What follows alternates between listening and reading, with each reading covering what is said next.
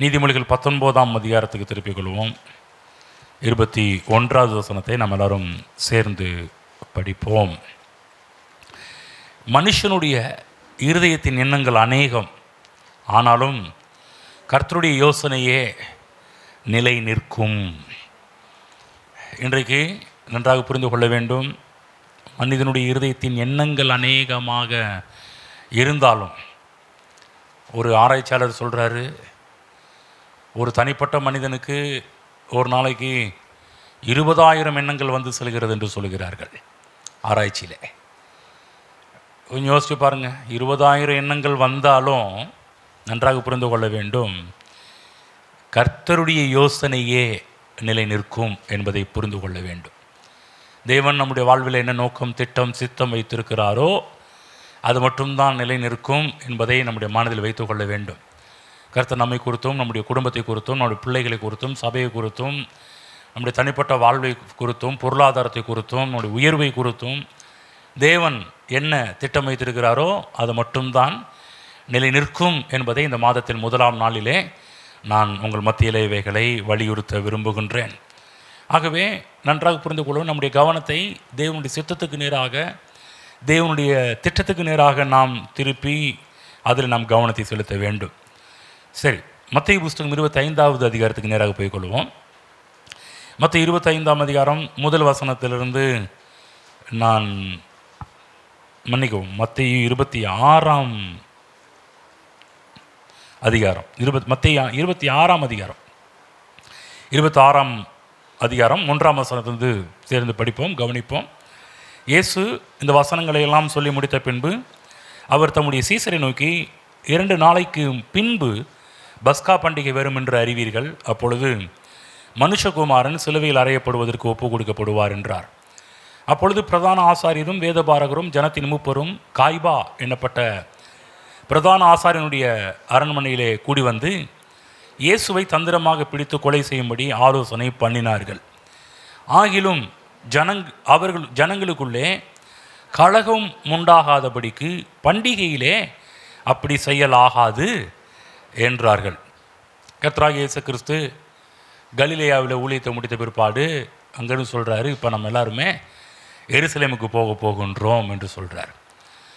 எருசலேமுக்கு போகிறது மட்டும் சொன்னது மட்டும் இல்லாமல் அங்கு எப்படி மரிக்க போகிறேன் என்பதெல்லாம் பற்றி பேசியிருக்கிறார். இங்கே மட்டும் இல்லை பாருங்கள், இதற்கு முன்பாக பல இடங்களிலே கிட்டத்தட்ட 5 முறைக்கு மேலே பார்த்திங்கன்னா தன்னுடைய மரணத்தை பற்றி அறிவித்திருக்கிறார் கர்த்தராகிய இயேசு கிறிஸ்து. அநேக நேரத்தில் கூட இருந்த சீசர்களாலே பார்த்திங்கன்னா அவைகளை ஜீரணிக்க முடியல. ஏன்னா 3 வருஷம் இவங்களோட இருந்தார், போதித்தார், பல விஷயத்தெல்லாம் செஞ்சார். ஆனால் இப்போ மரிக்க போகிறேன் அப்படின்னு சொல்லும்போது அவர்களால் அவைகளை ஏற்றுக்கொள்ள முடியல. அநேக முறை திரும்ப திரும்ப சொன்னார், அது அவங்களால ஜீரணிக்கவே முடியாமலே போனது. ஆனாலும் கர்த்தர் தேவன் தான் சொன்னபடியே எருசலேமுக்கு போகின்றதை நாம் பார்க்க ஆரம்பிக்கின்றோம். எருசலேமுக்கு போய் அவர் தேவாலயத்தை சுத்திகரிக்கிறத பார்க்கின்றோம். அங்கே இருக்கின்ற எல்லா விதமான தேவையில்லாத காரியத்தெல்லாம் அகற்றுகிறார் என்பதை பற்றி பார்க்கின்றோம். இயேசுவுக்கு எல்லாமே தெரிகிறது என்பதை நாம் மனதில் நிறுத்தி கொள்ள வேண்டும். இந்த சிலுவை நாட்களிலே நன்றாக புரிந்து கொள்ள வேண்டுகின்ற முக்கியமான ஒரு விஷயம், இயேசுவுக்கு தெரியாதது என்று எதுவும் இல்லை, இயேசுவுக்கு எல்லாம் நன்றாக தெரிகின்றது என்பதை புரிந்து கொள்ளுங்கள். இயேசு கிறிஸ்து அற்புதம் செய்கிறவர், இயேசு கிறிஸ்து தீர்க்கதரிசி, இயேசு கிறிஸ்து எதிர்காலத்தை குறித்து துல்லியமாக சொன்னவர், அருமையான ஒரு போதகர். வெறும் அற்புதம் செய்வதற்காகவும், அதிசயங்கள் செய்வதற்காகவும், போதிப்பதற்காகவும், வெறும் தீர்க்க தரிசனத்தை சொல்வதற்காக மட்டும் வரவில்லை. அவருடைய முக்கியமான வருகை ஏன் இதுக்காக இயேசு கிறிஸ்து உலகத்தில் வந்தார் என்றால் இதெல்லாம் செகண்டரி தான். ஆனால் முதல் என்ன அப்படின்னு பார்க்கும்போது, மரணத்தின் மூலமாக பாடுபட்டு மரித்து முழு உலகத்திற்கும் ஆசீர்வாதத்தை அளிக்க வேண்டும், கொடுக்க வேண்டும் என்பது தான் இயேசு கிறிஸ்துனுடைய பிரதான ஒரு நோக்கமாக இருந்தது. இதுதான் முக்கியமான ஒரு வேலையாகவும் இருந்தது. அது மட்டுமல்ல, இங்கு அவருடைய மரணத்தின் நேரம் அறிவிக்கப்படுகின்றது. சொல்கிறாரு, பஸ்கா பண்டிகை வரும் என்று அறிவீர்கள், அப்பொழுது மனுஷகுமாரன் சிலுவையில் அறையப்படுவதற்கு ஒப்பு கொடுக்கப்படுவார் என்றார். கவனமாக கேளுங்க. பிதாவாகிய தேவன் குமாரனின் மரணத்தை அவர் குறித்த நேரத்தில், தீர்மானித்த ஒரு நேரத்தில் செய்ய போகிறார் என்பதை பற்றி தான் இந்த இடத்தில் நாம் பார்க்க ஆரம்பிக்கின்றோம். அதாவது பிதாவாகிய தேவன் திட்டமிட்ட நேரத்தில் குமாரனாகிய தேவன் இயேசு மரித்தார் என்பதுதான் நற்செய்தி என்பதை புரிந்து கொள்ளுங்கள். இந்த இடத்துல இயேசுவனுடைய மரணத்தின் நேரம் அறிவிக்கப்படுகின்றது. கவனமாக கேளுங்க, நல்ல மனதில் கொண்டு போய் பதித்து கொள்ளுங்கள். சொல்கிறாரு 2 நாளைக்கு பின்பு, துல்லியமாக சொல்கிறார். இன்னும் 2 நாள் இருக்குது, நான் மரிக்க போகிறேன், இன்னும் 2 நாளைக்குள்ளே மரிக்கப் போகிறேன் என்பதை அறிவிக்கின்றார். என்று சொன்னால் 2 நாளைக்கு பின்பு பஸ்கா பண்டிகை வரும் என்று அறிவீர்கள். பஸ்கா பண்டிகை என்பது என்ன? அந்த நாட்களிலே புளிப்பில்லா அப்பம் சாப்பிடுகின்ற ஒரு பண்டிகை. அதாவது இந்த பண்டிகையில் தான் அவர் மரிக்க போகிறார் என்பதை பற்றி அறிவிக்கின்றார். அதை நோட் பண்ண சொல்கிறார். இந்த பஸ்கா பண்டிகை நோட் பண்ண சொல்கிறார். 4 சுவிசேஷமும், மத்தேயு, மார்க்கு, லூக்கா, யோவான் ஆகிய 4 சுவிசேஷங்களும் இயேசு கிறிஸ்து பஸ்கா பண்டிகையில் தான் மரித்தார் என்பதை அவர்கள் அழுத்தம் திருத்தமாக தெளிவாக அவர்கள் எழுதி வைத்திருக்கிறார்கள். ஆகவே ஏன் பஸ்கா பண்டிகையிலே இயேசு கிறிஸ்து மரிக்க வேண்டும் என்று சொன்னால், இவர்தான் பஸ்கா ஆட்டுக்குட்டி என்பதை அவர்களுக்கு நினைவுபடுத்துவதற்காக. பஸ்கா பண்டிகை என்று சொல்லக்கூடியது யூதர்களுடைய ஒரு விசேஷமான ஒரு பண்டிகை. பழைய ஏற்பாட்டில் இந்த பண்டிகையை கொண்டாடும்படிக்கு தேவனாகிய கர்த்தர் கட்டளையிட்டிருக்கிறார். யாத்திராகமம் 12ஆம் அதிகாரத்தில் அந்த கட்டளையெல்லாம் நாம் பார்க்க ஆரம்பிக்கின்றோம். எதற்காக இந்த பஸ்கா பண்டிகை? இஸ்ரவேலர்கள் எகிப்திலிருந்து தேவன் அவர்களை வெளியே கொண்டு வந்ததை மறக்கக்கூடாது என்பதற்காக தேவன் கொண்டாடும்படி இந்த காரியத்தை செய்திருக்கிறார். அன்றைக்கு நேரத்தில் பாருங்கள், நாம் கூட எடுத்துக்கங்க, ஞாயிற்றுக்கிழமை நல்லா தேவனை துதிப்போம் பாருங்கள், திங்கக்கிழமையிலேருந்து சனிக்கிழமை மறந்துடுவோம். அன்றைக்கு நேரத்தில் ஆகுதான் ஆராதனை முடிஞ்சு போகும்போது சொல்லுவோம், என் ஆத்துமாவே கர்த்தரை ஸ்தோத்திரி, அவர் செய்த சகல உபகாரங்களையும் மறவாதேன்னு சொல்லி ஒவ்வொரு தடவையும் வெளியே போகும்போது என்ன சொல்லி அனுப்புகிறோம்? மறந்துடாத, தேவன் செய்த நன்மைகளை மறந்துடாத, ஸ்தோத்திரி, துதி என்று சொல்லி அனுப்புகின்றோம். தேவன் எகிப்திலே 10 விதமான வாதைகளை அனுப்பி, 9 விதமான வாதைகளை அனுப்பி கூட பார்வோன் வெளியே அனுப்பலை பாருங்கள். 10வது விதமான வாதை அனுப்புகிறாரு. 10வது வாதை என்னவென்று சொன்னால், எகிப்தில் தலைச்சன் பிள்ளைகளுடைய மரணம் ஏற்படுகின்றது. இதை பார்த்த உடனே பார்வோனுடைய வீட்டில் நடந்தபோது அங்கே இருக்கிற எல்லா எகிப்தில் இருக்கிற எல்லா வீட்லேயுமே தலைச்சன் பிள்ளைகள் இறந்த உடனே நடக்கின்ற ஒரு காரியம் பார்த்திங்கன்னா, பார்வோனை வெளியே விரட்டிடுறான், அனுப்பிடுறான், துரத்திடுறான். முதல்ல வெளியே போ, நீ என்ன வெளியே போகணும் வெளியே போன்னு சொல்லி அனுப்புகிறான். பாருங்கள், எகிப்து வீட்டில் சாவு நடந்தது. அதே போல் இஸ்ரவேலர்களுடைய எபிரேயர்களுடைய வீட்டிலும் சாவு உண்டானது. எபிரேயர்களுடைய வீட்டில் என்ன சாவு நடந்தது என்று சொன்னால், இங்கேயும் தலைச்சன் பிள்ளை தான் சாகுது, ஆடு அடிக்கப்படுது. இயேசு நம்முடைய மூத்த குமாரன். அங்கே எப்படி தலைச்சன் பிள்ளை எகிப்து வீட்டில் இறந்ததோ, எபிரேயர்களுடைய வீட்டிலும் ஒரு தலைச்சன் பிள்ளை இறக்குது, ஆட்டுக்குட்டி இறக்குன்றது என்பதை மனதில் பதித்து கொள்ள வேண்டும். அப்போ இந்த ஆடு எப்படிப்பட்டதாக இருக்க வேண்டும்? பழுதற்ற ஒரு ஆட்டுக்குட்டியாக இருக்க வேண்டும். அந்த மாம்சத்தை புசிக்க வேண்டும், அதனுடைய இரத்தத்தை எடுத்து நிலைக்கால்களிலே பூசும்படிக்கு தேவனுடைய கட்டளை பிறப்பிக்கப்படுகின்றதை நாம் பார்க்கின்றோம். ஏனென்று சொன்னால், சங்கார தூதன் அந்த நேரத்தில் கடந்து போகும்போது அவன் இரத்தத்தை பார்த்து கடந்து போவான் என்பதற்காக தான் இரத்தத்தை பூச சொன்னார். சில இடங்களில் பார்த்தீங்கன்னா கர்த்தர் கடந்து போனார் என்றே எழுதப்பட்டிருக்கிறது. சங்கார தூதன் மட்டும் இல்லை, கர்த்தர் கடந்து போனார் என்றே எழுதப்பட்டிருக்கிறது. அப்போ இஸ்ரவேல் மக்களுடைய பிள்ளைகளுக்காக ஒரு ஆடு அடிக்கப்பட்டது. இஸ்ரவேல் ஜனங்கள், எபிரேயர்கள் ஆட்டுக்குட்டியின் இரத்தத்தினால், மாம்சத்தினால் காப்பாற்றப்பட்டார்கள். ஏராளமான பிரமாணங்களை தேவன் அங்கே வைக்க ஆரம்பிக்கிறத பார்க்குறோம். 7 நாளும் இந்த பண்டிகை, இந்த பஸ்காவை நினைவு கூறும்படி பண்டிகை கொண்டாட சொல்கிறாரு. 7 நாளும் புளிப்பில்லா அப்பம் சாப்பிடும்படிக்கு அவர்களுக்கு கட்டளையிடப்படுகின்றது. வீட்டில் கொஞ்சம் கூட புளிப்பு இருக்கக்கூடாது என்பதற்காக ஒரு வாரத்துக்கு முன்னாடியே பார்த்தீங்கன்னா எல்லாருக்கும் ஒரு இன்ஸ்ட்ரக்ஷன் என்னன்னா, வீட்டில் எங்கெங்கெல்லாம் புளிப்பு இருக்குதோ அதை எடுத்து முதல்ல ரிமூவ் பண்ணணும், அதை அகற்ற வேண்டும் என்பது தான். சின்ன பிள்ளைகளுக்கும் ஒரு கட்டளையை கொடுப்பாங்க, எல்லா இடத்துலையும் தேடுன்னுவாங்க. எங்கெல்லாம் ஈஸ்ட் இருக்குது, எங்கெல்லாம் புளிப்பு இருக்குது, அதை தேடி முதல்ல வீட்டை விட்டு அதை எடுத்து போட வேண்டும் என்பது தான் பிள்ளைகளுக்கு, பெரியவர்களுக்கு எல்லாருக்குமே கட்டளை பிறப்பிக்கப்பட்டது. வீட்டு அம்மாலாம் பாருங்கன்னா தேடிகிட்டே இருப்பாங்க, எங்கேயாவது புளிப்பு ஏதாவது இருக்குதான்னு சொல்லி. வீட்டை நம்ம எப்படி நம்மளை விட அதிக மடங்கு நீட்டாக வச்சிருக்கிறவங்களே இந்த யூத பெண்கள், யூத குடும்பம். புளிப்பு இருக்கக்கூடாது என்பதற்காக தேவன் இப்படிப்பட்ட ஒரு காரியத்தை தேவன் பஸ்காவில் செய்யும்படி கட்டளையிட்டார். இயேசு கிறிஸ்துவின் காலகட்டத்தில் பஸ்கா பண்டிகையின் போது நடக்கின்ற ஒரு காரியம் என்னென்னா, ஊரே ஜேஜேன்னு இருக்கும், ஊரே ஒரு விழா கோலம் போல இருக்கும். யூத வரலாற்று ஆசிரியர்கள் இந்த பஸ்கா பண்டிகையை பற்றி அவர்கள் என்ன குறிப்பு சொல்கிறார்கள் சொன்னால், அந்த நாட்களிலே வழக்கமாக கூடுகிற ஜனங்களை காட்டிலும் 10 மடங்கு அதிகமான ஜனங்கள் எருசலேமில் கூடுவார்களாம். சற்று கற்பனை பண்ணி பாருங்கள். தோராயமாக 30,000 பேர் அந்த ஊரில் இருக்கிறாங்கன்னு சொன்னால், இப்போ 10 மடங்கு ஜனங்கள் கூடுனால் எவ்வளோ வரும்? 3 லட்சம் பேர் கூடுவாங்க.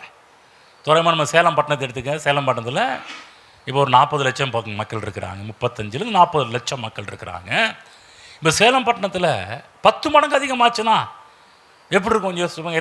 எத்தனை 10 மடங்கு 40 லட்சம்னா 10 மடங்கு எவ்வளோங்க? 4 கோடி. 4 கோடி மக்கள் சேலத்தில் வந்து குடியிருக்க ஆரம்பித்தாங்கன்னா, பண்டிகை கொண்டாட ஆரம்பித்தாங்கன்னா எப்படி இருக்கும் யோசிச்சு பாருங்கள். நாமே வீட்டை விட்டு வெளியே வர முடியாது, அவ்வளவு ஜனத்தொகை அதிகமாக இருக்கும். அன்றைக்கு பார்த்திங்கன்னா மக்கள் வந்து பார்த்திங்கன்னா உலகமெங்கிலும் இருக்கின்ற யூதர்கள் எல்லாருமே ஒரு ஆசை இருந்துச்சு. என்ன ஆசை இருந்துச்சுன்னா, பஸ்கா பண்டிகை நேரத்தில் நம்ம அந்த பஸ்காவை கொண்டாடுறதுக்கு எருசலேமுக்கு போகணும், எருசலேமில் போய் பஸ்காவை கொண்டாட வேண்டும் என்ற ஒரு ஆசை எல்லா யூத ஜனங்களுக்குள்ளாகவும் அந்த நாட்களில் இருக்க ஆரம்பித்தது. அந்த நாளிலே பஸ்காவின் நாட்களில் ஏராளமான ஆடுகள் அடிக்கப்பட்டது. ஜோசிபஸ் வரலாற்று ஆசிரியர் சொல்கிறாரு, எருசலேமின் வீதிகளிலே அந்த நாட்களிலே ரத்த ஆறே ஓடுனுச்சான். யோசிச்சு பாருங்கள், 10 மடங்கு ஜனத்தொகை அதிகமானுச்சுன்னா அப்போ அங்கே என்ன நடந்திருக்கும்? ஏராளமான ஆடுகள் அடிக்கப்பட்டிருக்கும். ரத்த ஆறு ஒவ்வொரு டைம் ஓடுமா பாருங்கள். அந்தளவுக்கு நடக்கும் இந்த பஸ்கா பண்டிகையின் போது. அது மட்டுமல்ல, இது கொண்டாட்டமாக இவர்கள் அந்த நாட்களிலே விடுதலையானதை நினைவு கூறுவார்கள். இந்த பஸ்கா எல்லாமே யாரை குறிக்கிறது என்று சொன்னால், கர்த்தராகிய இயேசு கிறிஸ்துவை குறிக்கின்றதாக இருந்தது. ஆகவேதான் புதிய ஏற்பாட்டு காலத்திலே அப்போஸ்தலனாகிய பவுல் கொரிந்தியருக்கு எழுதும்போது சொல்கிறாரு, நமது பஸ்காவாகிய கிறிஸ்து என்று சொல்வதை நாம் வேதத்தில் பார்க்க ஆரம்பிக்கின்றோம். அப்போ பவுல் இவருக்கு எப்படி தெரியும் இதான் பஸ்கா, கிறிஸ்து தான் பஸ்கான்னா அவருக்கு எப்படி தெரியும்? கூட இருந்த சீசர்களுக்கு ஒரு வேளை சில காரியம் சொல்லியிருக்கலாம், ஆனால் இவருக்கு எப்படி தெரியும்? இவருக்கும் கர்த்தராகிய இயேசு கிறிஸ்து தான் கற்றுக் கொடுத்தார் என்பதை மனதிலே நாம் பதித்து கொள்கிறவர்களாக இருக்க வேண்டும். இயேசு கிறிஸ்து சரியா பஸ்கா பண்டிகையின் போது தான் மரிக்கிறார். ஆட்டுக்குட்டிகள் எல்லாமே அந்த நாட்களில் யாரை நிழலாட்டமாக காண்பித்தது என்று சொன்னால், கிறிஸ்துவை தான் காண்பித்தது, மேசியாவை தான் காண்பித்தது. பாவமில்லாத இயேசு அடிக்கப்பட்டது நிமித்தமாக, கொடூரமாக கொல்லப்பட்டது நிமித்தமாக, இரத்தம் சிந்தப்பட்டது நிமித்தமாகத்தான் இன்றைக்கு மிகப்பெரிய விடுதலை முழு உலகத்துக்கும் கிடைக்கப் போகிறது என்பதை அந்த நாட்களிலே இயேசு கிறிஸ்து அறிவித்தது நாம் வேதத்தில் பார்க்கின்றோம்.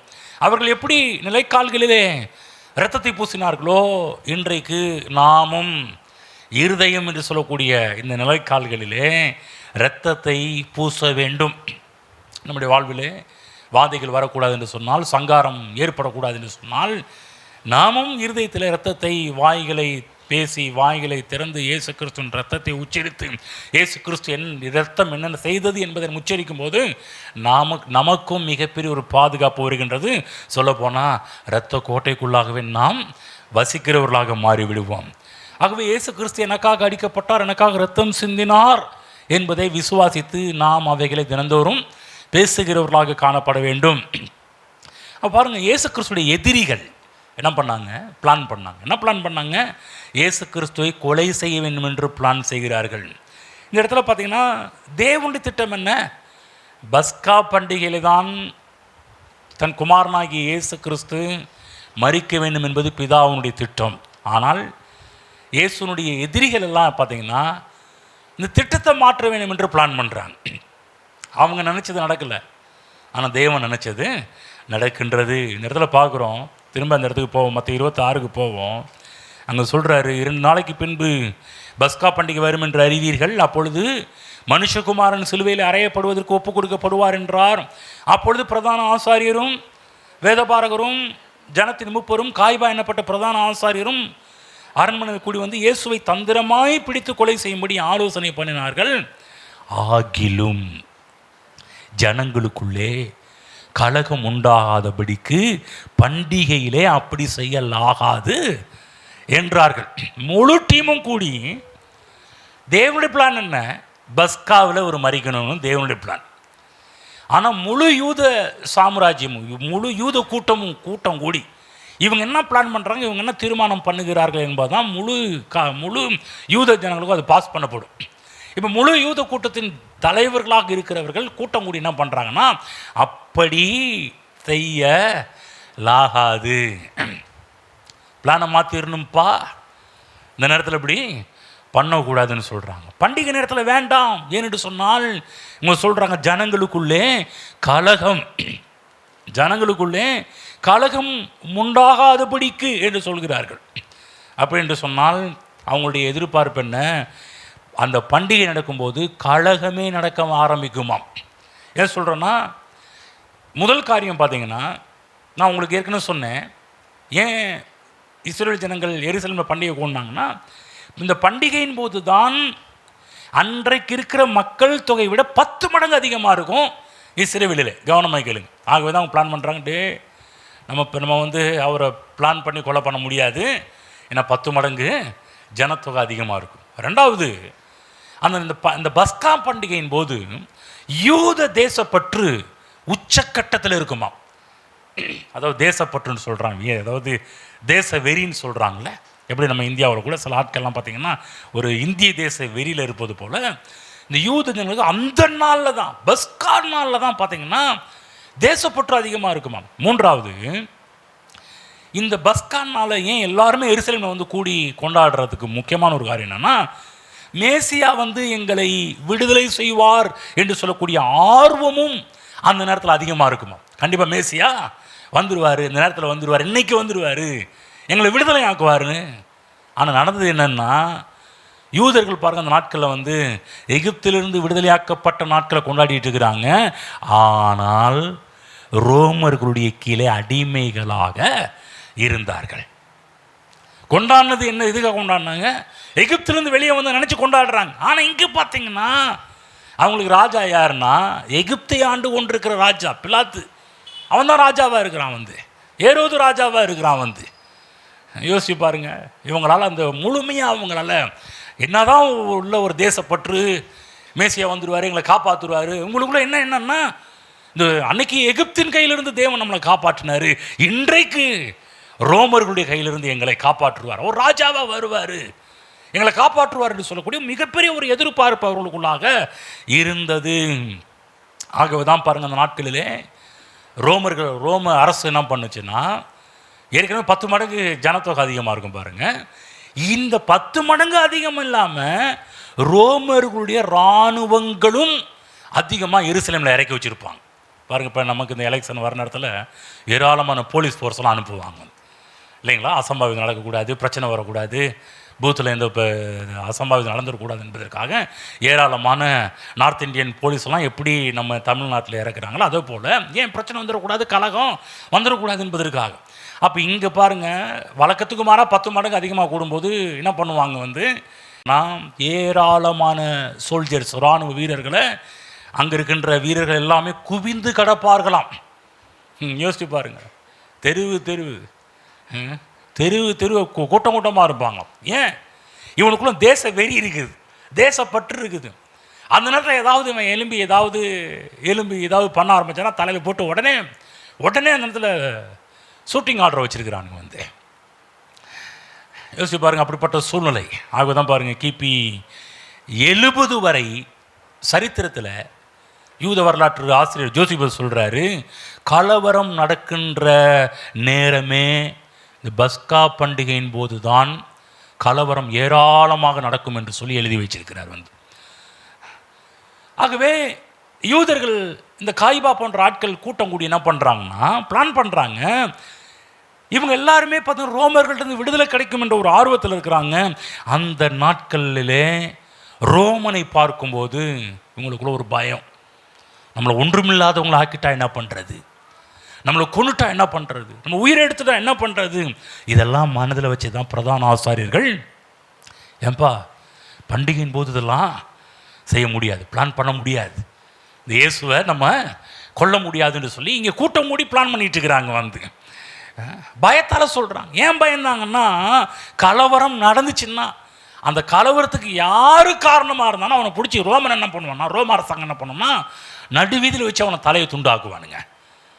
நடந்திருக்குது இதெல்லாம். ஆகவே தான் இப்போ இந்த பிரதான ஆசிரியர் கூட இருக்கிற ஆட்கள்லாம் பிளான் பண்ணுறாங்க, இந்த நேரத்தில் அப்படி பண்ண முடியாதுப்பா, கொஞ்சம் கேர்ஃபுல்லாக இருங்க அப்படின்னு சொல்லி அங்கே ஆலோசனை சொல்கிறத பார்க்குறோம். அந்த நேரத்தில் இந்த இடத்துல பார்க்குறோம் பாருங்கள், ஒருத்தனை மென்ஷன் பண்ண விரும்புகிறோம் பாருங்கள். 26ஆம் அதிகாரத்தில் படிக்கிறோம் பாருங்கள், 4ஆம் வசனம். அப்பொழுது பிரதான ஆசாரியரும் வேதபாரகரும் ஜனத்தின் மூப்பரும் அந்த நாளிலே காய்பா என்னப்பட்ட பிரதான ஆசாரியனுடைய அரண்மனையிலே கூடி வந்தார்கள். ஹை பிரீஸ்ட் அன்னைக்கு இருந்த காய்பா பிரதான ஆசாரியன். அவர் என்ன ஆர்டர் போடுறாரு அதுதான் கவனமாக கேளுங்க. இந்த காய்பாவை பற்றி ஜோசிபஸ் என்ன சொல்கிறார் அப்படின்னா, அந்த நாட்களில் இருந்த எல்லா பிரதான ஆசாரியர்களிலும் இந்த காய்பா மிகப்பெரிய ஒரு திறமைசாலியாம். ஏன் திறமைசாலின்னா, அந்த எருசலேமில் பணியாற்றின இந்த போஸ்டிங்கில் இருந்த பிரதான ஆசாரியர்கள் எல்லாருமே 1 வருஷம் 2 வருஷம் இப்படி தான் பதவியில் இருந்திருக்கிறாங்களாம். ஆனால் காய்பா மட்டும்தான் 18 வருடங்கள் 18 ஆண்டுகள் எருசலேமின் டெம்பிளில் கோயிலில் பிரதான ஆசாரியனாக இருந்திருக்கிறான். அவனும் எவ்வளோ ஒரு பிரில்லியண்ட்டான ஒரு ஆள் என்பதை சற்று சிந்திச்சு பாருங்கள். ரொம்ப நாளாக பதவியில் இருந்தவன் இவன். ஜோசிபஸ் என்ன வரலாறுல என்ன சொல்கிறார் அப்படின்னா, இந்த காய்பா போன பிற்பாடு அதை கிபி 70 வரையிலும் 35 ஆண்டுகள், இந்த 35 ஆண்டுகளிலே 25 பிரதான ஆசாரியர்கள் மாற்றப்பட்டிருக்கிறார்களாம்.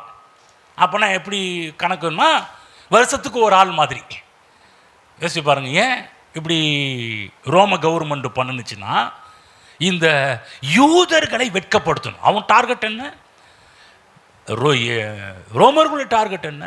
யூதனை வெட்கப்படுத்த வேண்டும் என்பதற்காகவே அவர்கள் புனிதமாக பாருங்க, பைபிளில் போடப்பட்டது பிரதான ஆசாரியனுடைய பணி என்று சொல்லக்கூடியது அவன் மரிக்கிற வரையில் இருக்க வேண்டும் என்பது தேவ நியமனம், தேவ திட்டம், தேவனுடைய பிளான். எந்த ஒரு பிரதான ஆசாரியன் இந்த இடத்துல இருக்கிற மாதிரி 1 வருஷம் 2 வருஷம் இந்த 18 வருஷம் அப்படி கிடையாது. அவன் மரிக்கிறவர்களும் பிரதான ஆசாரியனாக இருக்க வேண்டும் என்பதுதான் தேவனுடைய திட்டமாக இருந்தது.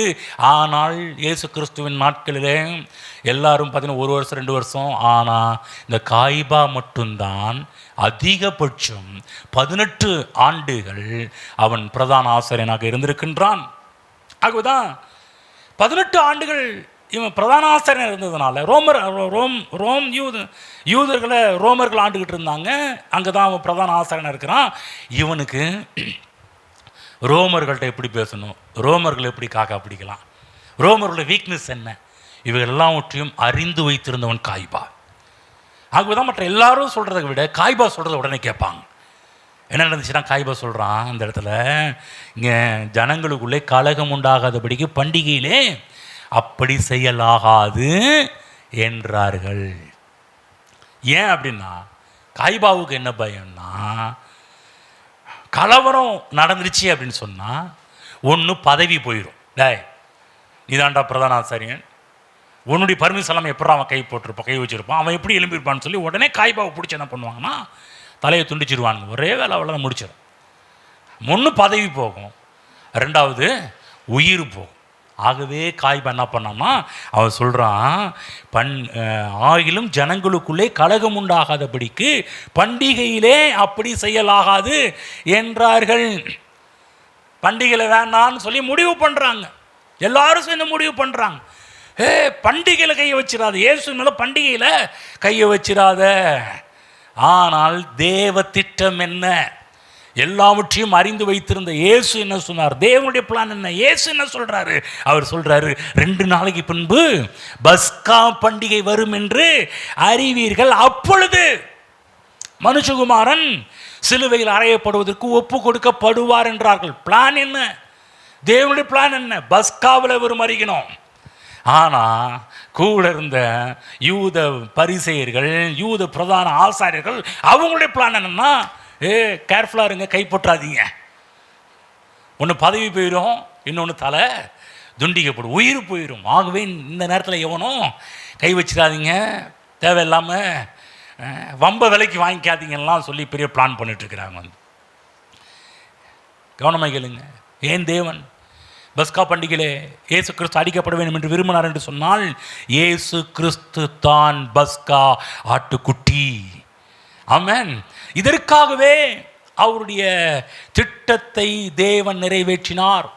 இதற்காகவே மனுஷீக திட்டத்தை தேவன் நிறைவேற்றாமல் தடை செய்தார். ஆமாம். அவங்க பிளான் பண்ணுறாங்க, டே இப்படி கை யாரும் பிளான் பண்ணாதீங்க, பஸ்காவில் அப்படி பண்ண வேண்டாம், பஸ்காவில் பண்ணால் நமக்கு பிரச்சனை, யாரும் கை போட்டுருக்காதுன்னு சொல்லி இந்த டீம் பிளான் பண்ணிட்டு இருக்கிறாங்க. ஆனால் தேவன் என்ன பிளான் பண்ணுறாருன்னா, பஸ்கால தான் இவர் மரிக்க வேண்டும். இயேசுவின் மரணம் தேவனால் திட்டமிடப்பட்ட ஒரு மரணம். இதன் மூலமாக முழு உலகத்திற்கு தேவன் ஒரு சத்தியத்தை அறிவிக்கின்றார். நீங்கள் எதிர்பார்த்த பஸ்கா ஆட்டுக்குட்டி இவர்தான் என்பதை அவர்களுக்கு நினைவுபடுத்துவதற்காக, ஞாபகப்படுத்துவதற்காக. இவரால் மட்டும்தான் தேவ கோபாக்கினில் தப்ப முடியும். இவரால் மட்டும்தான் பாவ சாப அடிமைத்தனத்தில் விடுதலையாக முடியும். இவரால் மட்டும்தான் நீ நித்திய ஜீவனை பெற்றுக்கொள்ள முடியும். ஆகதான் பைபிளை படித்தோம், மனிதனுடைய இருதயத்தின் எண்ணங்கள் அநேகமாக இருக்கும், ஆனால் கர்த்தருடைய யோசனையே நிலை நிற்கும். நன்றாக புரிந்து கொள்ளுங்கள். இந்த சிலுவை நாட்களை புரிந்து கொள்ளுங்க. உங்கள் யோசனை நிறையா இருக்கலாம், மனதில் புரிஞ்சுக்கணும். உங்கள் யோசனை நிறையா இருந்தாலும் மனதில் நிறுத்தி கொள்ள வேண்டும். தேவ திட்டம் தான் பிழைக்கும், தேவனுடைய யோசனை தான் நிலை நிற்கும். ஆமென். ஆகுதான் நம்ம ரட்சிக்கப்படும்படிக்கு தேவன் இதை செய்திருக்கிறார். ஆகவே தேவ பிள்ளைகளே, விடுதலையாக்கப்பட்டிருக்கிறீர்களா அல்லது அடிமைத்தனத்தில் வாழ்ந்து கொண்டிருக்கிறீர்களா? வேதம் சொல்லுகின்றது, இனிமேல் உங்களை யாரும் அடிமைப்படுத்த முடியாது. ஏனென்றால் இயேசு கிறிஸ்துவின் ரத்தம் எனக்காக உங்களுக்காக சிந்தப்பட்டிருக்கிறது என்பதை நம்பிவிட்டீர்களா? உள்ளத்தில் ஏற்றுக்கொண்டீர்களா? பிசாசு சில நேரத்தில் வந்து நம்ம காதில் ஓதுவான் பாருங்க, நீ எங்கே விடுதலையாக்கப்பட்ட, இன்னும் நீ அப்படியே தானே இருக்கிற, யோசிச்சுப்பார், இன்னும் வந்துட்டு அந்த பாவம் இருக்குது, நீ எங்கே விடுதலையாக்கப்பட்டன்னு சொல்லி பிசாசு என்ன பண்ணுவானா, சில நேரத்தில் உள்ள வந்து நம்முடைய வாழ்க்கையில் வந்து நீ விடுதலையே ஆகலை, நீ இன்னும் அப்படியே தானே இருக்கிற அப்படின்னு சொல்லுவான். பிசாசு எப்போதும் பொய் சொல்கிறவன், ஆழ மடக்கிறவன். நல்லா புரிஞ்சுக்கணும், டே பிசாசே, நீ பொய் சொல்லலாம், ஆனால் இயேசு கிறிஸ்துவின் ரத்தம் என்னுடைய சகல பாவங்களின் மீக்க என்னை சுத்திகரித்து என்னை விடுதலையாக்கி இருக்கிறது. ஆகவேதான் நன்றாக புரிந்து கொள்ளுங்கள், உங்கள் மனம், உங்களுடைய அனுபவம் சொல்லுகிற 1000 காரியங்கள் உண்மை கிடையாது. தேவன் சொல்கிற காரியங்கள் தான் உண்மை. தேவன் சொல்கிறாரு, நீ விடுதலையாக்கப்பட்டு விட்டா இனி நீ அடிமை இல்லை, இனி யாருக்கும் நீ அடிமை இல்லை, நீங்கள் விடுதலையாக்கப்பட்டீர்கள் என்பதை நம்புங்கள், தேவன் சொல்வதை விசுவாசித்து ஏற்றுக்கொள்ளுங்கள். ஆகவே தேவ பிள்ளைகள், நம்முடைய பஸ்காவாகிய கிறிஸ்து இயேசு அடிக்கப்பட்டு விட்டார். எப்போ அடிக்கப்பட்டார்? கரெக்டாக அவரே சொல்ல, 2 நாளைக்கு முன்னாடி பஸ்கா வரும், அன்னைக்கு நான் என்ன பண்ண போகிறேன், இறக்கப் போகின்றேன், மரிக்கப் போகிறேன் என்பதை அறிவிக்கின்றார். ஆகவே நன்றாக புரிந்து கொள்ளுங்கள், நம்முடைய கிறிஸ்துவாகிய இயேசு மரித்து விட்டார். ஆகவே நாம் விடுவிக்கப்பட்டு விட்டோம். ஆமென். சொல்லுங்கள், நான் விடுவிக்கப்பட்டு விட்டேன். ஆமென். இனிமேல் தலைமுறை சாபம்லாம் கிடையாது, எந்த சாபமும் உங்கள் மேலே கிடையாது. பக்கத்து சொல்லுங்கள், சாபம் இனிமேல் உங்கள் மேலே இல்லை. ஆமென். ஏனென்று சொன்னால், நியாயப்புறம் மரத்தில் தூக்கப்பட்டு எவனும் சபிக்கப்பட்ட நிலையில் கிறிஸ்து நமக்காக சாபமாகி நியாயப்பிரமாணத்தின் சாபத்திற்கு நம்மை நீங்களாக்கி மீட்டு கொண்டார். ஆகவே கோபாக்கினிலிருந்து நான் காக்கப்பட்டேன், நியாய தீர்ப்பில் நான் காக்கப்பட்டேன். ஆகவே இனிமேல் நாம் பயப்பட வேண்டிய அவசியம் கிடையாது. ஏனென்று சொன்னால், இன்றைக்கு நீங்களும் நானும் இயேசுவின் இரத்த கோட்டைக்குள்ளே இருக்கின்றோம். இரத்தம் என் மீது பூசப்பட்டிருக்கிறது, தேவ கோபாக்கினை என் மீது இல்லை. தேவனுடைய அன்பும் தேவனுடைய இரக்கமும் தேவனுடைய கிருபையும் தான் என் மேல் இருக்கிறது. பாருங்க, இஸ்ரவேல் ஜனங்களை எகிப்திலிருந்து வெளியே கொண்டு வந்தார். எதற்காக வெளியே கொண்டு வந்தார்? எதற்கு வெளியே கொண்டு வர்றதுக்கு அங்கே ஒரு ஆடு அடிக்கப்பட்டதே. எதற்காக ஆடு அடிக்கப்பட்டது? இவங்களை கானான் தேசத்துக்கு கொண்டு போக வேண்டும் என்பதுதான் தேவனுடைய திட்டமாக இருந்தது. இன்றைக்கும் கிறிஸ்துவாகிய தேவன் நமக்காக என் பஸ்காவில் மரித்தார் என்று சொன்னால், நம்மையும் 3-4 மாதமாக பேசியிருந்தோம் சர்ச்சில் வந்து. என்ன பேசணும்? கானானுக்குள் கொண்டு போவதுதான் தேவ திட்டம். வெற்றியுள்ள கிறிஸ்தவ வாழ்க்கைக்குள் கொண்டு போவதுதான் தேவ திட்டம். அதற்காக தான் இயேசு அடிக்கப்பட்டார். தேவ பிள்ளைகளை அவர் நோக்கத்தை நிறைவேற்றி இருக்கிறீர்களா? கானானுக்குள் செல்ல வேண்டும் என்பதற்காகவே தேவன் சொல்றாரு, பண்டிகையை கொண்டாடு, ஒவ்வொரு வருஷமும் கொண்டாடு. 40 வருஷம் ஆச்சு பாருங்க கானானுக்குள் போகிறதுக்கு. அவர் 40 வருஷமும் பண்டிகை கொண்டாடணும். அதுக்கு பிற்பாடும் அவர்கள் பஸ்கா பண்டிகை கொண்டாட ஆரம்பித்தார்கள். இயேசு கிறிஸ்துவின் நாட்கள் வரைவது தொடர்ந்து இன்றைக்கும் ஏராளமான யூதர்கள் பஸ்காவை ஆசரித்து கொண்டுதான் இருக்கிறார்கள். ஆமென். இயேசு கிறிஸ்து ஒரு நோக்கத்தோடு செஞ்சிருக்கிறார். ஆகவே தேவ பிள்ளைகளே, நீங்கள் அதை அனுபவிக்கிறீர்களா? இயேசு கிறிஸ்து ஒரு நோக்கத்தோடு நமக்காக மரித்தார், அதை நீங்கள் அனுபவிக்கிறீர்கள், ஏற்றுக்கொண்டிருக்கிறீர்களா? புளிப்பில்லாத அப்பத்தை உங்கள் வாழ்விலிருந்து தூக்கி எறிந்திருக்கிறீர்களா? புதிதாய் பிசைந்த மாவை போல இந்த பூமியிலே வாழ்ந்து கொண்டிருக்கிறீர்களா? ஆமென். பாருங்க, தேவன் மரணத்தை மட்டும் நமக்காக தேவன் திட்டமிடலை. நம்முடைய வாழ்விலே சரியான நேரத்தில் நாம் நன்றாக வாழ வேண்டும் என்பதை விரும்புகிறார். நான் ஒரு காரியம் சொல்கிறேன், உங்கள் வாழ்க்கையில் யார் எதிர்த்தாலும் தேவனுடைய திட்டங்கள் தேவனுடைய சரியான நேரத்தில் நிறைவேறும். யார் எதிர்த்தாலும் உங்கள் வாழ்க்கையில் வைத்திருக்கிற தேவனுடைய திட்டத்தை அது மாற்றவே முடியாது. சங்கீதம் 33ஆம் சங்கீதத்துக்கு போவோம். சங்கீதம் 33 10ஆம் வசனத்திலிருந்து படித்து காண்பிக்கிறேன். எடுத்துக்கொள்ளுங்கள். 10ஆம் வசனத்திலிருந்து படித்து காண்பிக்கிறேன். கர்த்தர் ஜாதிகளின் ஆலோசனையை விருதாவாக்கி ஜனங்களுடைய நினைவுகளை அவமாக்குகிறார். கர்த்தருடைய ஆலோசனை நித்திய காலமாகவும் அவருடைய இருதயத்தின் நினைவுகள் தலைமுறை தலைமுறையாகவும் நிற்கும். கர்த்தரை தங்களுக்கு தெய்வமாக கொண்ட ஜாதியும் அவர் தமக்கு சுதந்திரமாக தெரிந்து கொண்ட ஜனமும் பாக்கியம் உள்ளது. கர்த்தர் வானத்திலிருந்து நோக்கி பார்த்து எல்லா மனுபுத்திரரையும் காண்கிறார். சொல்கிறாரு, என்ன சொல்கிறாருன்னு சொன்னால், கர்த்தருடைய ஆலோசனை நித்திய காலமாகவும் அவருடைய இருதயத்தின் நினைவுகள் தலைமுறை தலைமுறையாக இருக்கும். 10ஆம் வசனம், கர்த்தர் ஜாதிகளின் ஆலோசனையை விருதாவாக்கி. என்ன சொல்கிறாருன்னா, ஜாதின்னா வேதம் சொல்கிற ஜாதி பார்த்தீங்கன்னா நேஷன், கண்ட்ரி, நாடு. வேதத்தில் எங்கேயாவது ஜாதின்னு இருந்துச்சுன்னா நீங்கள் நம்ம ஊரில் இருக்கிற ஜாதியெல்லாம் மைண்ட் பண்ணாதீங்க, நல்லா கவனமாக கேளுங்க. வேதத்தில் இருக்கிற ஜாதியை சொல்கிற போது நம்ம ஊரில் இந்த அதெல்லாம் இல்லை. ஜாதி என்று சொன்னாலே கண்ட்ரி, நேஷன், நாடு, தேசத்தை குறிக்கின்ற ஒரு காரியம். அவர் சொல்கிற ஜாதிகளின் ஆலோசனையை விருதாவாக்கி என்று சொன்ன என்ன அர்த்தம்னா, தேசமே உங்களுக்கு விரோதமாக ஆலோசித்தாலும் தேவ திட்டம் தான் உங்கள் வாழ்க்கையில் நிறைவேறும். அவதான் பாட்டு பாடணும். நீர் செய்ய நினைத்தது நிறைவேறும், நீர் செய்வதை தடுப்பவன் யார்? உன் மனதில் பதிவுன்றதுக்காக தான் செய்திக்கு ரிலேட்டடாகவே இந்த பாட்டை பாட ஆரம்பித்தவன். செய்வதை தடுப்பவன் யார்? தேசமே உங்களுக்கு விரோதமாக எழுப்பி ஆலோசனை பண்ணனாலும் நான் சொல்லுகின்றேன், தேவ திட்டத்தை உங்கள் வாழ்வில் தடை பண்ண முடியாது. யோசிச்சு பாருங்க, தேசமே எழுப்பி அதையே தேவன் கொலாப்ஸ் ஆகிறார்னா உங்களுக்கு விரோதமாக உங்கள் குடும்பம் உங்களுக்கு விரோதமாக பிளான் பண்ணுதா? உங்கள் கூட வேலை செய்கிற உங்களுக்கு விரோதமாக பிளான் பண்ணுறாங்களா? உங்கள் சொந்தக்காரங்க உங்களுக்கு விரோதமாக பிளான் பண்ணுறாங்களா? நல்லா கவனமாக கேளுங்க. உங்களுக்கு விரோதமாக எழுப்பப்படுகின்ற எந்த ஆலோசனைகளும் ஒன்றுமில்லாமல் போகும் என்பதுதான் இன்றைக்கு சிலுவையிலிருந்து தேவன் நம்ம கொடுக்கின்ற வாக்குத்தத்தமான செய்தியாக இருக்கின்றது. ஆமென். தேவன் இங்கே இருக்கிற நம்மை குறித்து ஒரு திட்டத்தை அழகாக தேவன் வரைந்து வைத்திருக்கிறார். சில நேரம் நமக்கு தெரியாததுனால தான் பிரச்சனை ஆகிறது. நல்லா புரிஞ்சுக்கணும், தேவனின் வாழ்க்கையில் என்ன திட்டம் வைத்திருக்கிறார் அது நிறைவேறும். தேவனின் வாழ்க்கையில் என்ன வாக்குத்தத்தத்தை கொடுத்திருக்கிறாரோ அது நிச்சயம் நிறைவேறும். தேவன் கொடுக்கின்ற வாக்குத்தத்தங்கள் எல்லாமே அது தேவனுடைய தீர்மானம், தேவன் நிர்ணயம் பண்ண காரியங்கள். அவர் சொல்றாருன்னு, நான் நிர்ணயம் பண்ணதான் நிலைக்கும். நான் என்ன உன்னை கொடுத்து நிர்ணயம் பண்ணியிருக்கிறேன், பிளான் பண்ணியிருக்கிறேன், திட்டம் பண்ணியிருக்கிறேன், அதுதான் உன் வாழ்க்கை நிலைக்கும் நடக்குமே ஒழிய மனுஷீக யோசனைகள் ஒன்றும் நடக்காது. சிலுவை பார்க்கும் போதெல்லாம் இந்த என்ன வரணும், நன்றி பெருக வேண்டும். ஆண்டவரே, மனுஷீக ஆலோசனைலாம் ஒன்றும் இல்லாமலாக்கி உங்களுடைய திட்டத்தை நிறைவேற்றி. கொஞ்சம் யோசிச்சு பாருங்க, பிரதான ஆசிரியர் ஒரு ஆர்டர் போட்டான்னா அது முழு தேசத்துக்கும் பாஸ் ஆகும், கண்டிப்பாக செஞ்சுருவாங்க. ஆனால் பிளான் பண்ணுறாங்க, பஸ்காவில் கையை போட்டுறாதீங்கய்யா. இவங்க பிளான் பண்ணது பஸ்காவில் கை போடக்கூடாதுன்னு. தேவன் பிளான் பண்ணது பஸ்காவில் தான் அவர் மரிச்சாகணும். எங்க ஒரு தடவை கிடையாது, திரும்ப திரும்ப திரும்ப அடிக்கடி சீசர்கள்ட்ட அதை பற்றியே பேசிகிட்டு இருக்கிறார். மரணத்தை பற்றியே பேசிகிட்டு இருக்கிறார். இப்போ போகிறேன் எருசலேம் போகிறேன், இப்போ மனுஷங்க பிடிப்பாங்க, இந்த மாதிரி நான் அந்த நேரத்தில் மறிக்க போகிறேன் அடிக்கடி பேசிகிட்டு இருக்கிறார்.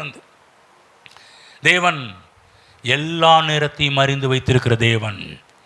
ஆமென். சில நேரத்தில் பாருங்க, பைபிள் போடப்பட்டிருக்குது, அவர் வேலை வராதபடியால் யாரும் அவரை பிடிக்கவில்லை என்று பைபிள் போடப்பட்டிருக்கு. அடிக்கடி பாருங்க, பிடிக்கிறதுக்கு பிளான் பண்ணானுங்க. யாரு? நம்ம பிரதான ஆசிரியர்களுடைய டீமு. நடக்கலையே. ஆனால் இயேசு கிறிஸ்து அதே யோவானில் சொல்கிறாரு, என் வேலை வந்தது. நான் இப்போ போக போகிறேன், பிடிக்க போகிறாங்க, என்னை பிடிச்சி இந்த மாதிரிலாம் பண்ணுவாங்க, என் வேலை வந்துருச்சுன்றார். நல்லா கவர்மெண்ட் கேளுங்க தேவ பிள்ளைகளே. நம்முடைய நேரத்தில் அல்ல, தேவன் நமக்கென்று நிர்ணயித்த நேரத்தில் அவருடைய திட்டங்கள் எல்லாம் நிறைவேறும். உங்களை குறித்து தேவன் வைத்திருக்கிற திட்டங்கள் எல்லாமே சரியான நேரத்தில் நிறைவேறுவதை நீங்கள் இந்த மாதத்தில் வரக்கூடிய நாட்களிலும் பார்க்க போகின்றீர்கள். ஆகவே நம்பிக்கையில் சோர்ந்து போகாதீங்க, அவர் நேரத்தில் நடக்கும் என்று நம்புங்கள். பார்க்க சொல்லுங்கள், தேவனுடைய நேரத்தில் உங்கள் காரியங்களெல்லாம் கைகூடி வரும். இப்போ நம்ம என்ன பண்ணணும்? காத்திருக்கும், தேவனுடைய காத்திருக்கும் நேரத்தில் காத்திருக்கணும். அதுதான் பைபிள் அடிக்கடி சொல்லுது, காத்திரு, பொறுமையாயிரு. கர்த்தருக்கு காத்திருக்கிறவர்களோ புது பலன் அடைவார்கள். காத்திருக்கிற நேரத்தில் நம்ம பொறுமையோடு துதித்து காத்திருக்க வேண்டும். துதித்து கொண்டிருங்க. கர்த்தர் ஒரு காரியம் சொன்னாருன்னு நிச்சயம் நடக்கும். நல்லா கவனமாக கேளுங்க. தேவன் ஒன்ற ஒரு காரியம் உங்கள்கிட்ட சொல்லிட்டாருன்னா இந்த பூமியில் நிச்சயமாக அவைகள் நடக்கும், நிறைவேறும். அது நீங்கள் கர்த்தருடைய வார்த்தை வந்தனுமே அதை பிடிச்சிக்கிட்டு அதுக்கு நன்றி சொல்லுங்கள், துதிக்க ஆரம்பியுங்கள். காத்திருக்கும் நேரத்தை இழிவுபடுத்தாதீர்கள். என்ன ஆண்டவரே இப்படி பண்ணிட்டு இருக்கிறீங்க, என்ன ஆண்டவர் இப்படி செய்யுங்க, நானும் எவ்வளோ நாள் தான் ஆண்டவரே பொறுத்து போகிறது. நீங்கள் என்ன தான் கருத்தை சொல்ல, வெயிட், பொறுத்துரு. ஆகவே நிறைய நேரத்தில் பாருங்கள், நம்ம ஆயத்தமாக இல்லை, அதான் பிரச்சனை. அந்த டைமில் நம்ம ஆயத்தம் இல்லாமல் போயிடுறோம். ஒரு புகழ்பெற்ற பிரசங்கர் சொல்கிறார், என்ன சொல்கிறாருன்னா, ஒரு மனிதன் ஆயத்தமாக்கும் முன்பாகவே அவனுக்கு ஒரு பெரிய வெற்றி கிடைத்து விட்டால் அந்த வெற்றியை எப்படி பயன்படுத்த வேண்டும் என்பதை தெரியாமலேயே அவன் அழிந்து போய் விடுவான் என்று சொல்கிறார். புரியுதுங்களா? சில நேரத்தில் நம்ம எதிர்பார்த்த உயர்வு வராமல் போனதற்கு காரணம் என்ன தெரியுங்களா? நம்ம ப்ரிப்பராக இல்லை, நம்ம ஆயத்தமாக இல்லை என்பதுதான் காரணம். நீங்கள் ஆயத்தமாக பாருங்கள், கரெக்டாக கொடுக்க ஆரம்பிப்பார். அப்போ நம்ம ஆயத்தமாகிற வரையிலும் காத்து கொண்டிருக்க வேண்டும். வெயிட் பண்ணுங்க. சில நேரத்தில் வரலன்னா, சில விஷயம் ஏன் வரலன்னா நம்முடைய ப்ரிப்பரேஷன் டைமில் கொஞ்சம் ஏதோ ஃபால்ட் இருக்குது, சரியாக காத்திருக்காமல் போயிடுற ஆகவே காத்திருக்கிற நேரத்தில் அவரை நோக்கி பார்த்து நம்முடைய குணங்கள் வளர பிரயாசம் எடுத்துக்கொண்டே இருக்க வேண்டும். ஆமென். ஆகவேதான் தேவனுக்கு முக்கியம் என்னன்னா ஆள் மாறாமல் அவருடைய பிளான்லாம் நம்ம கையில் கொடுத்தாருன்னு நம்ம சொதப்பிடுவோம், அதை கொலப்ஸ் ஆக்கிடுவோம், ஒன்றுமில்லாமல் ஆக்கிடுவோம். நம்ம மாறினா தான் அந்த நேரத்தில் கரெக்டாக செயல்பட ஆரம்பிக்கும். அன்றைக்கு நேரத்தில் மக்கள் ஆயத்தமாக இல்லாததுனால அவங்களுக்கு கண்களுக்கு முன்பாகவே இருக்கிற தேவ திட்டங்கள் கூட அவர்களுக்கு தெரியாமலே போய்விடுகின்றது, தவற விட்டு விடுகின்றார்கள். கண்களுக்கு முன்பாக இருந்தாலும் பார்க்கறதுமே தப்பாக போயிடுது. பாருங்கள், உதாரணத்துக்கு திருமண விஷயம் எடுத்துக்கங்க. திருமண விஷயத்தில் கூட பார்த்தீங்கன்னா தேவ ஞானம் அவசியமாக இருக்குது. தேவ திட்டத்திற்கு ஏற்றாற்போல் சிந்திக்க வேண்டியதாக இருக்குது. சில இடத்துல பொண்ணு பக்கத்தில் தான் இருக்கும், நம்ம என்ன பண்ணுவோம், இப்படி வேணும், அப்படி வேணும், அது வேணும், இது வேணும், எங்கள் குளம், எங்கள் கோத்திரம், எங்கள் அது இது நினச்சிக்கிட்டே இருந்தால் மிஸ் ஆயிரும், தவற விட்டு விடுவோம். ஞானம் அவசியம். ஞானம் குறைவு இருந்தால் நாம் தேவன் நமக்காக ஆயத்தம் பண்ணினதை பெற தவறி விடுவோம். இன்னும் கொஞ்சம் லேட் ஆகிட்டே போயிட்டே இருக்கும். ஆமென். இயேசு கிறிஸ்து கூட அவர் 12 வயசுலேருந்து 30 வயசு வரையிலும் காத்திருந்தார் தேவனுடைய வேலைக்கு. கிட்டத்தட்ட 18 வருஷம் காத்திருந்தார். 12 30 கழிச்சு 18 வருஷம் காத்திருக்கிறார். முதல் அற்புதத்தை பண்ணும்போது கூட அந்த டைமிங் வராதனால சொல்கிறேம்மா, என் வேலை இன்னும் வரல, என் வேலை இல்லை, என் இன்னும் டைம் இல்லை. கர்த்தர் கரெக்டான நேரங்களாக இருந்தால் அந்த நேரத்தில் தான் தேவன் செயல்பட ஆரம்பிக்கின்றார். தேவன் நமக்காக ஏராளமான திட்டத்தை வைத்திருக்கிறார். சங்கீத புத்தகம் 139 சங்கீதத்தில் போடப்பட்டிருக்கிறது. 13 படிக்கிறேன். நீர் என் உள்ளிந்திரியங்களை கை கொண்டிருக்கிறீர், என் தாயின் கற்பத்தில் என்னை காப்பாற்றினீர். நான் பிரமிக்கத்தக்க அதிசயமே உண்டாக்கப்பட்டபடியால் உம்மை துதிப்பேன். முது கிரியைகள் அதிசயமானவைகள், அது என் ஆத்துமாவுக்கு நன்றாய் தெரியும். நான் ஒளிப்படத்தில் உண்டாக்கப்பட்டு பூமியின் தாழ்விடங்களில் விசித்திர வினோதமாக உருவாக்கப்பட்ட போது என் எலும்புகள் உமக்கு மறைவாய் இருக்கவில்லை. என் கருவை உம்முடைய கண்கள் கண்டது. என் அவைகளில் ஒன்றாகிலும் இல்லாத போதே அவைகள் அனைத்தும், அவைகள் உருவேற்படும் நாட்களும் உமது புஸ்தகத்தில் எழுதியிருந்தது. ஹலோ, என்ன சொல்றாரு? சரீர பிரகாரமான கரு வளருவதை பற்றி மட்டும் இல்லைங்க, நமக்காக நிறைய திட்டங்களை கர்த்தர் வைத்திருக்கிறாரு. அதெல்லாம் அவருடைய புஸ்தகத்தில் எழுதப்பட்டிருக்கிறது. தேவ திட்டம் என்று சொல்லக்கூடிய புஸ்தகத்தில் எழுதப்பட்டிருக்கிறது. எந்த நாள் எதிர்கால நாட்கள் எல்லாம் தேவன் நமக்காக எழுதி வைத்திருக்கின்றார்.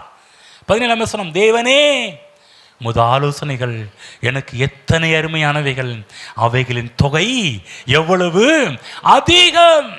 ஆமென். நம்முடைய வாழ்விலே தேவனுடைய ஆலோசனைகள் ஏராளமாக இருக்கிறது. என்னை குறித்த ஆலோசனைகள் அத்தனையும் நம்முடைய வாழ்வில் நிறைவேற ஆரம்பிக்கும். ஆமென். புரிஞ்சுங்களா? தேவனுடைய திட்டங்கள் நிறைவேறும். நன்றாக புரிந்து கொள்ள வேண்டும். நம்முடைய மனதில் கொண்டு போய் செட் பண்ணிக்கணும். தேவன் என்னை குறித்து ஏராளமான நல்ல ஆலோசனைகளை வைத்திருக்கிறார். என்னை குறித்து அவர் வரைந்து வைத்திருக்கிறார். என் திட்டங்களை அவர் எழுதி வைத்திருக்கின்றார். நிச்சயம் அவருடைய நேரத்தில், அவர் எழுதின நேரத்தில் நிச்சயமாக அவைகள் நிறைவேற ஆரம்பிக்கும். ஆமென். அதை யாரும் தடுத்து நிறுத்த முடியாது. ஏராளமான திட்டங்களை தேவன் நமக்காக எழுதி வைத்திருக்கிறார். அவரை நம்புகிறவர்கள் அந்த திட்டங்களில் உள்ளே நுழைந்து அந்த நன்மைகளை அனுபவிக்க ஆரம்பிக்கிறார்கள். அவர் நம்பாதவங்க, ஏனோ தானே வாழ்கிறவங்க, அவங்க இன்னும் பாருங்க, இன்னும் புலம்பிக்கிட்டு, இன்னும் ஒரு முறுத்துக்கிட்டு, நான் இந்த வேற எப்படி பண்ணுறீங்க அப்படின்னு சொல்லி பேசிக்கிட்டு வாழ்க்கையை தவறாக நடத்தி கொண்டிருக்கிறார்கள். தேவ பிள்ளைகள், நல்லா ஒரு காரியம் சொல்கிறேன். தேவனுடைய ஆலோசனைகள் அவருடைய அற்புதமான நேரத்தில் நம்முடைய வாழ்வில் நிறைவேறும். ஆமென். தேவன் சொல்கிறாரு, காத்திரு, பொறுத்திரு, துதித்திரு, ஜெபித்து கொண்டிரு, நிச்சயம் உங்கள் கண்கள் அவைகளை பார்க்கும். தேவன் நிர்ணயித்தது நிலை நிற்கும். உங்களை குறித்து ஏராளமான திட்டங்களை கர்த்தர் வைத்திருக்கிறார். நல்லா புரிஞ்சுங்க தேவ பிள்ளைகளே. தேவ திட்டத்தை உங்கள் வாழ்வில் எந்த மனுஷீக ஆலோசனைகளும் ஒன்றும் செய்ய முடியாது, தடுத்து நிறுத்த முடியாது. நன்றாக மனதில் பகிர்ந்து கொள்ள வேண்டும். தேவன் என்னை குறித்து சொன்னது மட்டும்தான் அந்த பூமியிலே நடக்கும். தேவன் சொல்லாது என் வாழ்வில் நடக்காது. தேவன் நிர்ணயித்தது என் வாழ்வில் நிலை நிற்கும். ஆகவே நம்ம ஞானமோ உலக ஞானமோ தேவையில்லை. கர்த்தரைக்கு ஆண்டவர், உங்கள் ஞானத்தை தாங்க ஆண்டவரே, உங்களுடைய திட்டத்தை அறிந்து கொள்ளக்கூடிய ஞானத்தை தாங்க, உங்கள் நேரத்தை அறிந்து கொள்ளக்கூடிய ஒரு ஞானத்தை தாங்க. ஆமென். ஆகவேதான் பாருங்கள், நல்லா கவனமாக கேளுங்க, அவசரப்படாதீர்கள். நேரத்தில் நம்ம அவசரப்பட்டு தான் என்ன பண்ணுறோம்னா எல்லாவற்றையுமே தவற விட்டு விடுகின்றோம். திரும்ப சொல்கிறேன், சிலுவை நமக்கு சொல்லுகின்ற ஒரு காரியம், பஸ்கா நமக்கு சொல்லுகின்ற ஒரு காரியம் என்னவென்று சொன்னால், தேவன் நிர்ணயித்திருந்த அந்த நாளில், அந்த நேரத்தில், நான் ஒரு முறை சொன்னேன், கரெக்டாக நேரத்தை பற்றி சொன்னேன். கரெக்டாக தேவன் குறித்த நேரம்னு ஒன்று இருந்துச்சு. அந்த நேரத்தில் தான் அவர் அடிக்கப்பட்டார். ஒரு தடவை நேரத்தை பற்றியே ஒரு தடவை குட் ஃப்ரைடேல பேச ஆரம்பித்தோம். இன்றைக்கி சொல்கிறேன், குறித்த நாள், நேரம் மட்டும் அல்ல, ஒரு டேட்டையும் ஃபிக்ஸ் பண்ணார். என்ன டேட்டு? பஸ்கா பண்டிகையின் நாள். ஆமென். அந்த நாளில் இயேசு கிறிஸ்து மரித்தார். தேவ திட்டம் அந்த நாளில் நிறைவேறினது. இன்றைக்கும் கர்த்தர் இதன் மூலமாக நமக்கு சொல்கிற ஒரு காரியம், உன்னை குறித்து நான் வைத்திருக்கிற திட்டங்கள், நோக்கங்கள், தரிசனங்கள், வாக்கு தத்தங்களும் தேவன் உங்கள் வாழ்வில் வைத்திருக்கிற அந்த நேரத்தில் நிறைவேற ஆரம்பிக்கும். ஒருவேளை அதை நீங்கள் பார்க்கல அப்படின்னு சொல்கிறதுனால நீங்கள் புலம்பாதீங்க, முறுமுறுக்காதீங்க, தேவையில்லாமல் தேவனை குறை சொல்லிகிட்டு இருக்காதீங்க. தேவனே, என் வாழ்க்கையில் எதை செய்தாலும் நல்லதாக தான் செய்வீர். என் வாழ்வில் தீமையை கூட நன்மையாக மாற்றுகிற தேவன். நீர் சொன்ன வாக்கு தத்தத்தை, நீர் சொன்ன நன்மைகளை நிறைவேற்றாமல் போய் விடுவீரோ? நிச்சயம் நீர் சொன்ன வாக்கு தத்துவம் என் வாழ்வில் நிறைவேறும். இப்போ நம்ம என்ன பண்ணணும்? தேவனுடைய வாக்கு தத்தங்களை பிடித்து கொண்டு அதை அறிக்கை செய்து நிச்சயம் என் வாழ்வில் நடக்கும் என்று எதிர்பாருங்கள். ஆயத்தமாக இருங்கள், ஆயத்தமாக இருங்கள். தேவன் உங்களுக்கு சொன்ன வாக்கு தத்தங்கள் கிடைக்கின்ற நேரத்தில் வந்திருக்கிறீர்கள். அன்றைக்கி நேரத்தில் பாருங்கள், சில விசுவாசிங்களாம் எட்ஜுக்கு அதுக்கு முன்னாடியே திரும்பி போகிறவங்களாம் எவ்வளோ பேர் இருக்கிறாங்க. அதாவது 7 மணிக்கு கிடைக்க போகுதுன்னா 6:55 கர்த்தரை விட்டு வெளியே போகிறவங்களாம் எவ்வளோ பேர் இருக்கிறாங்க. நாங்கள் பொறுத்து பார்த்து ஒன்றுமே கிடைக்கலன்னு சொல்லி வெளியே போனவங்களாம் இருக்கிறாங்க. அப்படிலாம் பண்ணாதீங்க. உங்களுக்கான நேரம் வந்து விட்டது. கர்த்தராகிய இயேசு கிறிஸ்து கல்வாரி சிலுவையில் எல்லாம் செய்து முடித்து விட்டார். கர்த்தர் எனக்காக யாவையும் செய்து முடித்து விட்டார். உங்களுக்கான எல்லா காரியம் செய்து முடித்து விட்டார். இப்போ ஃபெய்த்தை நம்ம கையில் கொடுத்துட்டார், விசுவாசத்தை நம்ம கையில் கொடுத்துட்டார். இப்போ விசுவாசம் உங்களுடைய காலத்தை தேவன் கொடுத்த வாக்குத்தத்தத்தை அடையக்கூடிய அளவுக்கு தேவன் கொடுத்த விசுவாசம் உங்களுக்குள்ளாக வேலை செய்ய ஆரம்பிக்க வேண்டும். உங்கள் விசுவாச அளவை பொறுத்தான் எவ்வளோ நேரம் எவ்வளோ காலம் என்று நிர்ணயிக்கப்படுகின்றது. ஹலோ, நீங்கள் வந்துட்டு வாரம் சர்ச்சுக்கு வந்துட்டு அப்படியும் போகலாம். ஆனால் வாரம் வந்து தேவனுடைய வார்த்தையை பிடித்து கொண்டு அதை விசுவாசித்து விசுவாச வார்த்தைகளை பேசிக்கொண்டு நீங்கள் ஆயத்தமாகி கொண்டிருந்தால் நான் சொல்கிறேன், நேரங்கள் உங்களுக்காக குறைக்கப்பட ஆரம்பிக்கலாம். நீ விசுவாசித்தால் தேவனுடைய மகிமையை காண்பாய். விசுவாசிக்கிறவனுக்கு எல்லாம் கூடும். எழுந்து நிற்போம். ஆகவே தேவ மகிமைக்கென்று வாழுங்கள். தேவ திட்டம் உங்கள் வாழ்வில் நிறைவேறுவதை பார்ப்பீர்கள். மனுஷிக ஆலோசனைகள் அல்ல, மனிதன் நினைத்தது அல்ல, தேவன் நினைத்தது தான் நிறைவேறும். எல்லாரும் சொல்லுங்கள், மனிதன் நினைத்தது அல்ல, நான் நினைத்தது அல்ல, தேவன் என்னை குறித்து நினைத்தவைகள் நிறைவேறும். ஆமென்.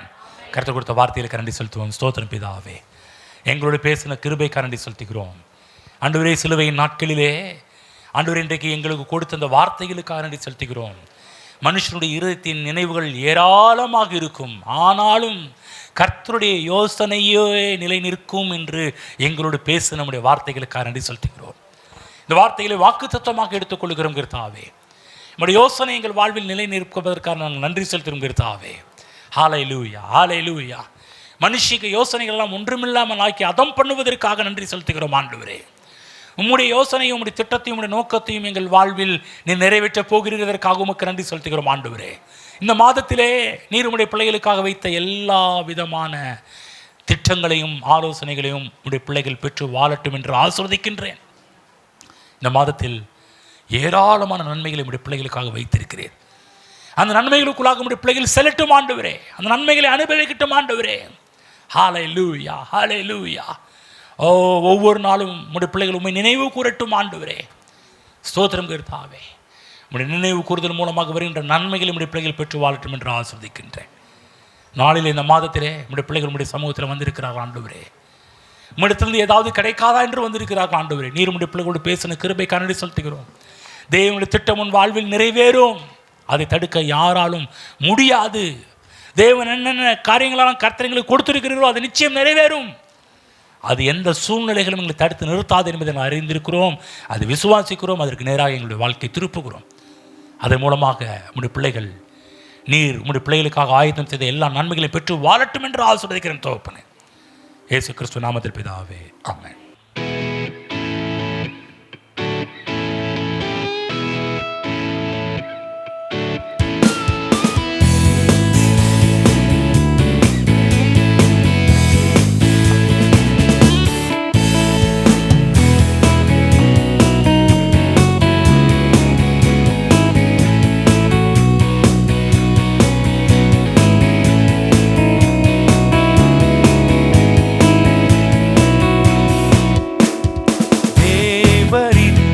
சகலமும் செய்ய வல்லவர் தேவனே, உமக்கொப்பான தேவன் யார்? தேவரே, நீர் சகலமும் செய்ய வல்லவர் தேவனே, உமக்கொப்பான தேவன் யார்? நீர் நினைத்தது நிறைவேறும்.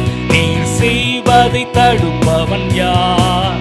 நீர் செய்ய நினைத்தது நிறைவேறும். நீர் செய்வதை தடுப்பவன் யார்? தேவரீர், நீர் சகலமும் செய்ய வல்லவர் தேவனே, உமக்கொப்பான தேவன் யார்? தேவரீர், நீர் சகலமும் செய்ய வல்லவர் தேவனே, உமக்கொப்பான தேவன் யார்? தரிசனம் தந்தவர் நீர் அல்லவோ, தவறாமல் நிறைவேற்றி முடிப்பீரே. சவால்கள் என்றும் ஜெயித்திடுவேன், சர்வ வல்லவர் நீர்தானே, தரிசனம் தந்தவர் நீர் அல்லவோ, தவறாமல் நிறைவேற்றி முடிப்பீரே, சவால்கள் என்றும் ஜெயித்திடுவேன், சர்வ வல்லவர் நீர்தானே, தேவரின் நீர் சகலமும் செய்ய வல்லவர், தேவனே உமக்கொப்பான தேவன் யார், தேவரீர் நீர் சகலமும் செய்ய வல்லவர், தேவனே உமக்கொப்பான தேவன் யார், தடைகளை உடைப்பவர் நீர் அல்லவோ, தடுப்பவர் எவரும் இங்கில்லையே, கடலையும் ஆற்றையும் கடந்திடுவேன், கண்மலையே உம்மை துதித்திடுவேன், தடைகளை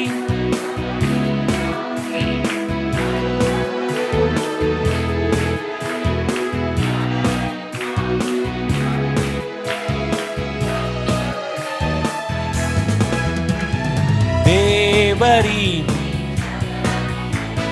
வல்லவர்,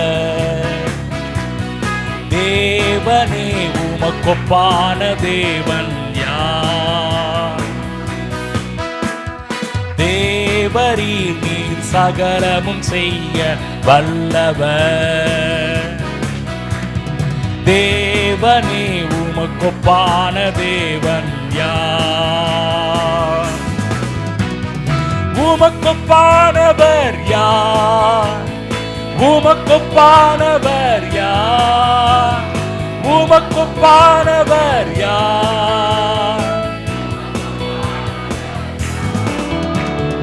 வானத்திலும் பூமியிலும் உமக்கொப்பானவர் யார், வானத்திலும் பூமியிலும் உமக்கொப்பானவர் யார், தேவரீர் நீர் சகலமும் செய்ய வல்லவர், தேவனே உமக்கொப்பான தேவன் யார், நீர் செய்ய நினைத்தது நிறைவேறும், நீர் செய்வதை தடுப்பவன் யார், நீர் செய்ய நினைத்தது நிறைவேறும், நீர் செய்வதை தடுப்பவன் யார், நீர் செய்ய நினைத்தது நிறைவேறும், நீர் செய்வதை தடுப்பவன் யார், நீர் செய்ய நினைத்தது நிறைவேறும்,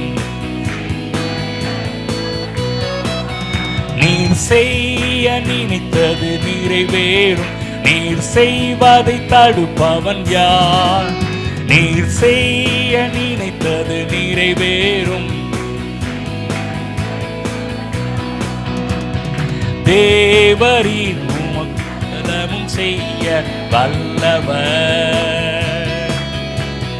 தேவனே உமக்கொப்பான தேவன் யார்,